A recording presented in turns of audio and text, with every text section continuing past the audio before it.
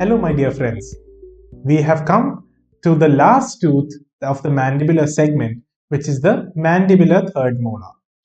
This time there will be not a lot of drawing and explaining to be done because this tooth has an incredible amount of variations.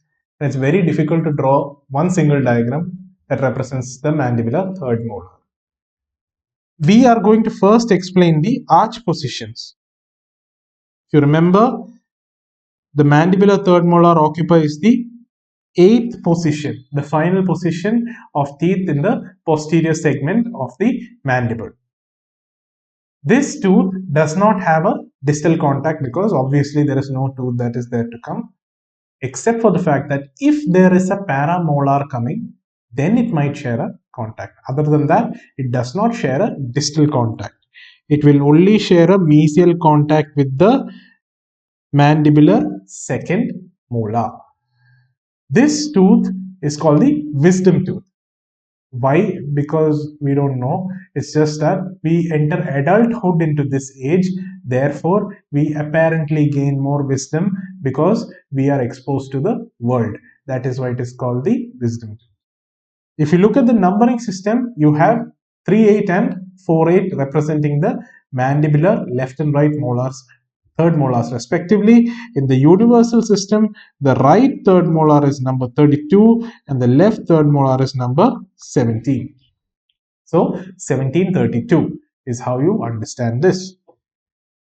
Development table coming next. Initiation of calcification takes place between 8 to 10 years. Enamel is completed between 12 to 16 years. Eruption takes place between 17 to 21 years. And finally, between 18 to 25 years, the root is completed. What we need to understand is this third molar may erupt only between 17 to 21. It may sometimes go up to 25 or 26, but that does not matter. What matters is if it does not erupt, it means that this tooth most likely will be lodged in between the bone that is present. This type of teeth will be an impacted tooth, and because it is in the mandible, especially close to the angle of the mandible, extraction of this tooth must be done very carefully. Otherwise, you will have a fractured mandible on your hands, simply because the root proximity might be very close to the inferior alveolar canal. Therefore, the top portion of the mandible and the angle of the mandible can easily come undone if you apply forces in the wrong way. Ordinarily, molars decrease in size, but sometimes due to the incredible amount of variations that are present in the third molar, it may be large, it may be medium size, or it may be small. So, depending on how big your mandible is, the third molar can also grow to their corresponding lengths. When you come to the crown, this time we will not be discussing the labial or the occlusal or the mesial distal aspects. We just need to understand the basic crown form. There are two types of crown forms that you see, a type 1 crown form and a type 2 crown form. The type 1 crown form resembles the mandibular second molar, which means that it will have four cusps. It will have four cusps and will have the same general contours and patterns.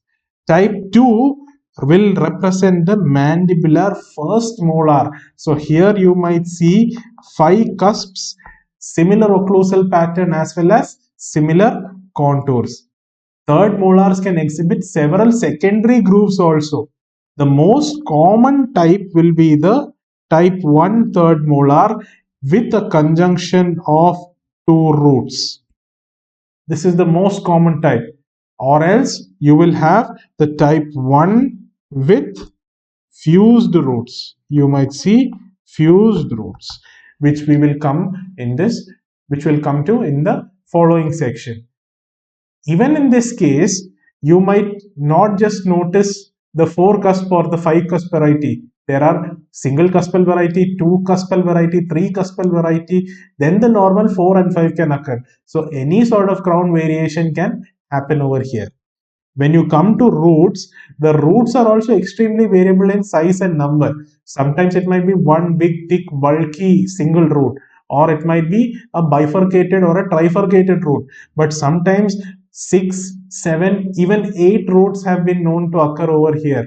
Therefore, these teeth can also be called octopus teeth, and extracting these teeth are going to be a dentist's nightmare. Already, impactions are a dentist's nightmare, but if you land an octopus teeth, taking it out is a question of extreme skill on the oral and maxillofacial surgeon or the general dentist part. Most often, the root length and the furcation length will be much less compared to all other mandibular molars as well. Variations and anomalies, most of them may be congenitally missing or they can be impacted. The area distal to it may sometimes see a supernumerary tooth called the paramolar, and if that is the case, the distal contact may be shared with that. Many structural anomalies can happen with the crown, as in the single cusp to the ficus variety, or the many anomalies can be with the root, which may vary with the angulations, distal deflections. It can be either a single completely fused root or an octopus teeth, which may have either 6, 7, or 8 varieties. So, this is the end of the mandibular third molar. Thank you for your time and patience. We will see you in the next session. Thank you.